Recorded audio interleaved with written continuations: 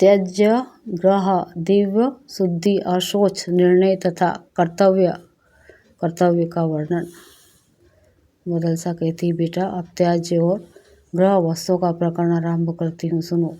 घी अथवा तेल में पका हुआ अन्न बहुत देर का बना हुआ अथवा बासी भी हो तो वो भोजन करने योग्य है।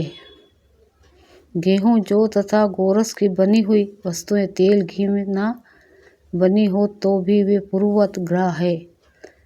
शंख, पत्थर, सोना, चांदी, रस्सी, कपड़ा, साग, मूल, फल, बीदल, बांस के बने हुए टोकरे आदि, मणि, हीरा, मूंगा, मोती तथा मनुष्यों के शरीर की शुद्धि जल से होती है। लोहे के हथियारों की शुद्धि पानी से धोने पर, पत्थर या सान पर रगड़ने से होती है।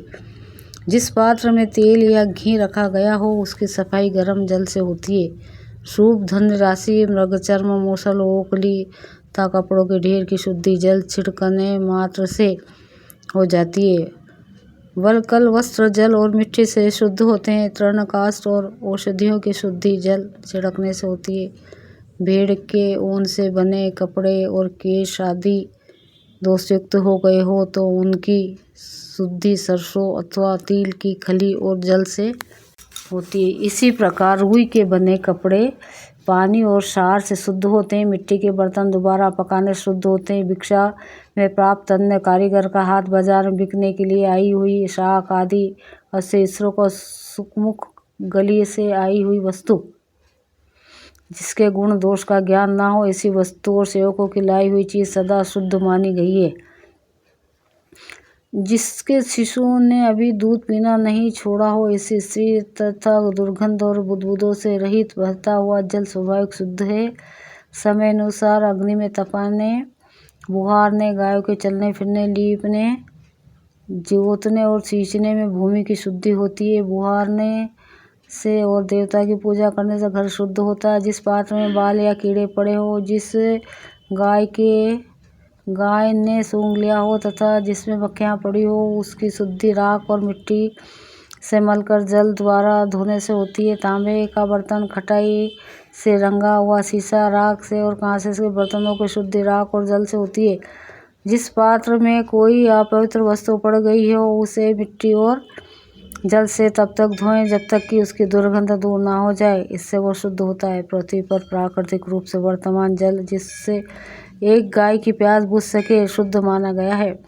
गली में पड़ा हुआ वस्त्र वायु के लगने से शुद्ध होता है। धूल, अग्नि, घोड़ा, गाय, छाया, किरणें, वायु, जल के छोटे और मक्खी आदि ये सब अशुद्ध वस्तु संसर्ग में आने भी शुद्ध ही रहते हैं। बकरे और घोड़े का मुख शुद्ध माना गया है, किंतु गाय का नहीं। बछड़े का मुख तथा माता का स्तन भी पवित्र बताया गया है। फल गिरने से पक्षी की चोंच भी शुद्ध मानी गई है। आसन, सैया, सवारी, नाव और मार्ग के तृण ये सब बाजार में बिकने वाली वस्तुओं की तरह सूर्य चंद्रमा की किरणों तथा वायु के स्पर्श से शुद्ध होते हैं। गलियों में घूमने फिरने, स्नान करने, छींकने, पानी पीने, भोजन करने तथा वस्त्र बदलने पर विधि पूर्वक आचमन करना चाहिए। अस्पर्श वस्तुओं से जिनका स्पर्श हो गया हो उनकी रत्ते के कीचड़ और जल की तथा ईंट की बनी हुई वस्तुओं की वायु के संसर्ग में शुद्धि होती है। अनजान में यदि दूषित अन्न भोजन कर ले तो 3 रात उपवास करे, और यदि जानबूझकर किया हो तो उसके दोष की शांति के लिए प्रायश्चित करें। मनुष्य की गीली हड्डी का स्पर्श करके स्नान करने से शुद्धि होती, और सूखी हड्डी का स्पर्श कर लेने पर केवल आचमन करके गाय का स्पर्श या सूर्य का दर्शन करने से मनुष्य शुद्ध हो सकता है। बुद्धिमान पुरुष रक्त, खंकार तथा उपटन को ना लांघे और असमय में उद्यान आदि के भीतर कदापि ना ठहरे। लोक निंदित विधाता स्त्री से वार्तालाप ना करे।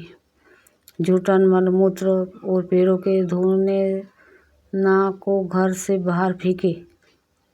दूसरों के खुदाए हुए पोखरे आदि के जल में 5 लोंदा मिट्टी निकाले बिना स्नान ना करे।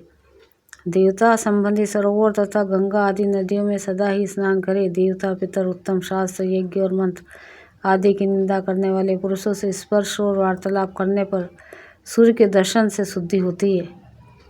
रजस्वला स्त्री, अंतज्य, पतित, मृतक, विधर्मी, परसुता स्त्री, नपुंसक, वस्त्रहीन, चंडाल, मुर्दा, ढोने वाले तथा पर स्त्रीगामी पुरुषों को देखकर विद्वान पुरुषों को इसी प्रकार सूर्य के दर्शन से आत्मशुद्धि करना चाहिए।